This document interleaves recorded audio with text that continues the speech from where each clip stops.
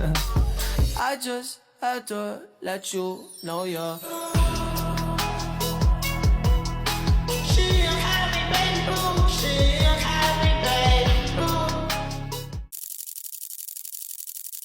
Ketegangan perdagangan antara Amerika Serikat dan China kembali memanas setelah beberapa bulan cenderung tenang.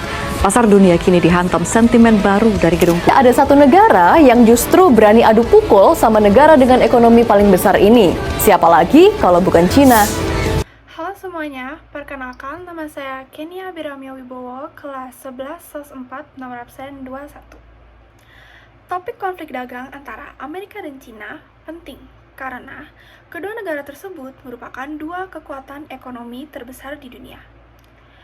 Jika terjadi ketegangan antara keduanya, dampaknya tidak hanya dirasakan oleh mereka, tetapi juga dirasakan oleh negara-negara lain yang terhubung dalam sistem ekonomi global. Selain itu, konflik ini juga menunjukkan bahwa perbedaan kepentingan dan persaingan kekuasaan dapat memicu konflik dalam hubungan internasional.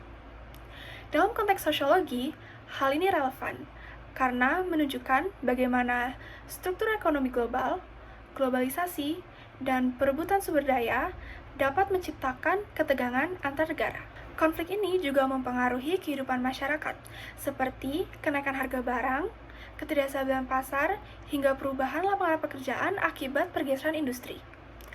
Oleh karena itu, memahami konflik ini dapat membantu kita melihat bagaimana kebijakan ekonomi suatu negara dapat mempengaruhi kehidupan masyarakat secara luas. Konflik dagang ini mulai memanas pada tahun 2018 ketika Presiden Donald Trump menetapkan tarif impor yang sangat tinggi terhadap barang-barang dari China. Amerika Serikat merasa mengalami defisit perdagangan yang besar. Artinya, mereka lebih banyak mengimpor dari China dibandingkan mengekspor ke China. Selain itu, Amerika menuduh China melakukan praktik perdagangan yang tidak adil, seperti subsidi besar terhadap perusahaan dalam negeri dan pelanggaran hak kekayaan intelektual. Sebagai balasannya, China membalas dengan menaikkan tarif terhadap produk-produk dari Amerika seperti kedelai dan produk industri lainnya.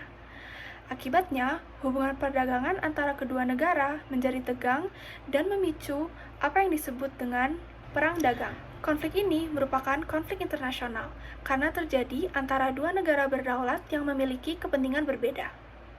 Konflik internasional biasanya melibatkan kebijakan luar negeri dan berdampak luas secara global.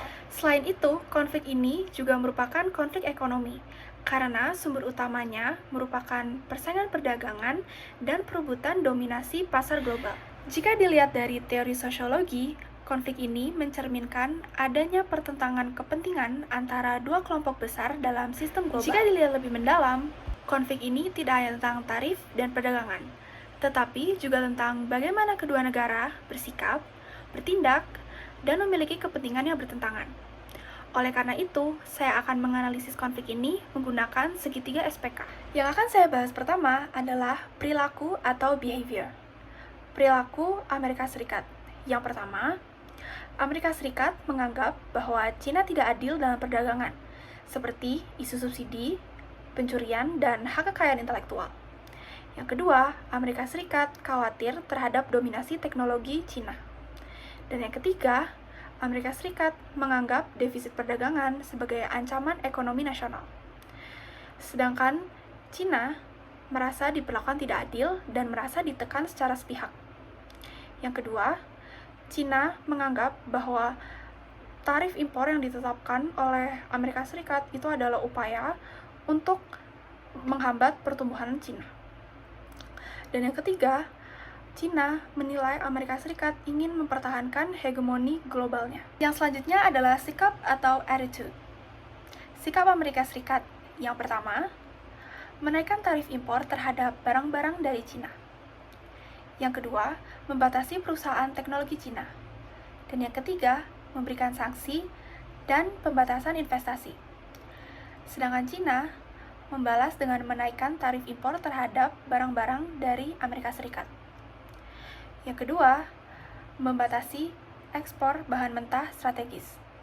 Dan yang ketiga, mengurangi ketergantungan pada teknologi Amerika Serikat dan mulai mengembangkan industri dalam negeri. Yang selanjutnya adalah kontradiksi atau contradiction. Yang pertama, persaingan dominasi ekonomi dan teknologi global. Yang kedua, perbedaan sistem ekonomi dan politik. Yang ketiga, ketidakseimbangan neraca perdagangan. Dan yang keempat, perebutan pengaruh pada pasar internasional dan kawasan strategis. Sekian penjelasan saya tentang konflik dagang antara Amerika Serikat dan Cina. Terima kasih sudah menonton. It's the sun.